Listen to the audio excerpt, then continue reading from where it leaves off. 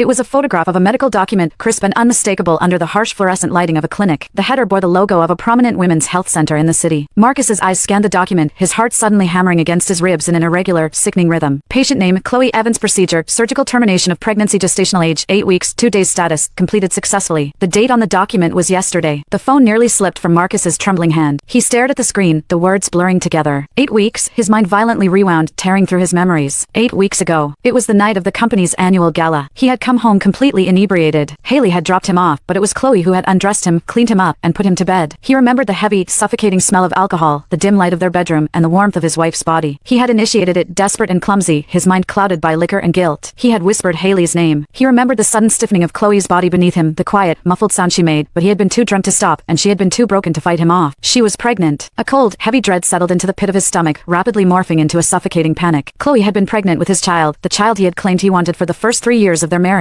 the child they had lost once before. He frantically dialed the unknown number, but it immediately went straight to a generic voicemail. He backed out and dialed Chloe's number. The number you have dialed is currently unavailable. She had blocked him. She had finalized the divorce, handed over her keys, and immediately erased him from her life. Marcus, honey, Haley's sweet, melodic voice floated down the stairs. She appeared on the landing, wearing one of Chloe's old silk robes that she had found in the back of the closet. She was rubbing her slightly rounded belly, a radiant smile on her face. Did you get the papers signed? Are we finally free? She asked, padding barefoot down the stairs. Marcus looked up at her, the phone still clutched in a death grip in his hand. For the first time in 3 years, the sight of Haley didn't fill him with that thrilling, intoxicating rush of a new relationship. Instead, a wave of profound, hollow nausea washed over him. Marcus, what's wrong? You look pale. Haley reached out, placing her hand on his arm. He flinched, instinctively pulling away from her touch. I need to go out, he rasped, his voice barely recognizable to his own ears. Go out? But we were supposed to celebrate. I made reservations at Le Bernardine. Haley pouted, her lower lip jutting out in that childish way he used to find endearing. Not tonight, Haley. I have to go. He didn't wait for her to respond. He grabbed his keys from the console table and practically ran out the front door, leaving Haley standing alone in the foyer, her triumphant smile slowly dissolving into a confused frown. I stood by the large bay window of my new apartment, watching the rain beat against the glass. The city looked gray and muted, completely matching the numbness that had settled deep into my bones. The physical pain from yesterday's procedure was a dull, constant throb in my lower abdomen, but it was nothing compared to the phantom ache in my chest. I had sent the picture. I wasn't a saint. I didn't want to leave quietly and let him build his perfect, happy family with the woman who had tormented me, while completely unaware of the collateral damage he had caused. I wanted him to know exactly what his boredom had cost. I wanted the ghost of this unborn child to haunt the halls of that house just as much as the memory of my first miscarriage did. A sharp, frantic knocking on my front door shattered the quiet of the apartment. I didn't move. I already knew who it was. I hadn't told him my new address, but a man with Marcus's resources wouldn't have a hard time tracking down a recently signed lease in my name. Chloe, open the door. His voice was muffled through the heavy wood, but the desperation in it was palpable. He pounded his fist against the door again. Chloe, please. I know you're in there. I wrapped my cardigan tighter around myself and slowly walked to the door. I didn't open it. I simply pressed the intercom button. We have nothing left to say to each